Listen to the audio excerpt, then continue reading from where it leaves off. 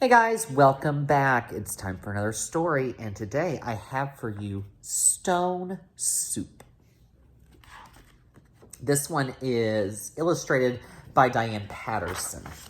There are several versions of stone soup out there. In fact, I have several in my classroom, so you can hear many different versions of this story, but they're all very similar, okay? Long, long ago, in a faraway land, some soldiers were marching home from war. They were very, very tired, for they had traveled a great distance. They were also very hungry. The soldiers would have welcomed even a small bowl of soup, but how could they make soup? They had nothing to put into a pot except some stones they found on the road. And who had ever heard of stone soup? In the distance, the soldiers saw a small village. They thought about the comfortable beds and the delicious foods they might find there, and they walked a little faster. I would be happy to get a loaf of warm bread and a nice bed to sleep in, said one soldier. I would be glad to get even one slice of bread and a warm barn to sleep in, said another. We will be lucky to find a few stale crusts before we are chased from the village, said the third. He knew that the townspeople would not want to share what they had with strangers. Still, we can ask, said the first soldier. Yes, agreed the second. If we do not ask, we will never know. All right, said the third, you will ask. Then you will know. The townspeople had seen the soldiers coming, and now they were busy hiding their food. They hid their potatoes down in their cellars. They tucked their vegetables under their beds.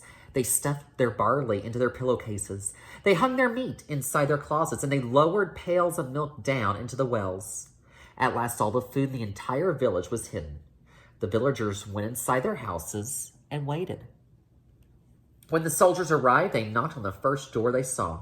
Could you spare some food and a place to sleep, they asked. But the villagers said that they had no extra beds and too little food for themselves. So the soldiers went to the next house and the next and the next. The answer was always the same. There was no food. There was no place to sleep. Then one of the soldiers had an idea. Good villagers, he called. Since you have no food, perhaps you will let us borrow a large cooking pot. Then we can make a pot of stone soup. Stone soup, whispered the villagers. Who ever heard of stone soup? This is something we must find out about, whispered the mayor. Someone, bring a pot, quickly. When the pot had been brought to the village square, the soldiers filled it with water and built a fire beneath it. Finding good soup stones is the most important part, they said. Then they looked and they looked. Finally, each soldier found some nice smooth stones. They put the stones into the pot and brought the water to a boil. Then they sniffed. Something is missing, said the first soldier. Yes, agreed the second, but what? Salt and pepper, said the third, sniffing the soup. Then he turned to the villagers and said, We know you have no food, but could you find a bit of pepper and some salt? Pepper and salt will bring out the flavor of the soup stones. At once the mayor's wife disappeared and came back with some salt and pepper.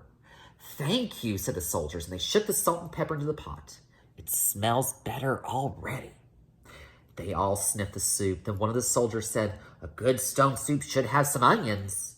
But since there are none, we will simply do without them. A peasant woman who heard the soldier and said, I may have an onion or two, and she hurried home. Soon she returned with half a dozen peeled onions, which she dropped into the soup. This will be a good stone soup, said the soldiers. It's a pity we don't have any celery. But that would be hoping for too much. After all, we were lucky to find such good soup stones in the first place. A farmer's wife heard this and ran home. In a few minutes, she returned with several stalks of celery, which she cut into small pieces and tossed into the soup. After a while, the first soldier said, Something is lacking. There are no carrots, agreed the second. But there is no sense in asking for something that no one has, added the third. Then the peasant said, Carrots? I might just have 1 or 2 carrots at home. And he ran off to get them. He returned with several crisp orange carrots, which he sliced into the soup. The stones are cooking nicely, remarked the soldier. Just smell the soup.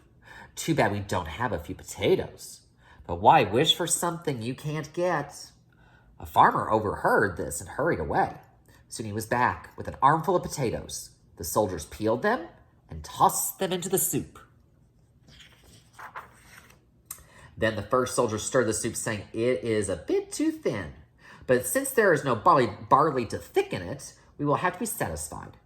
The town miller heard this and ran to his mill. Soon he returned with some barley, which he stirred into the soup. "A perfect stone soup," said the first soldier. "If only it were a bit richer," suggested the second soldier. "Too bad we have no milk to stir in." And before long, someone had brought him a bucket of milk for the soup. The third soldier said, "With a bit of meat, it would be just like the soup we made for the king last month.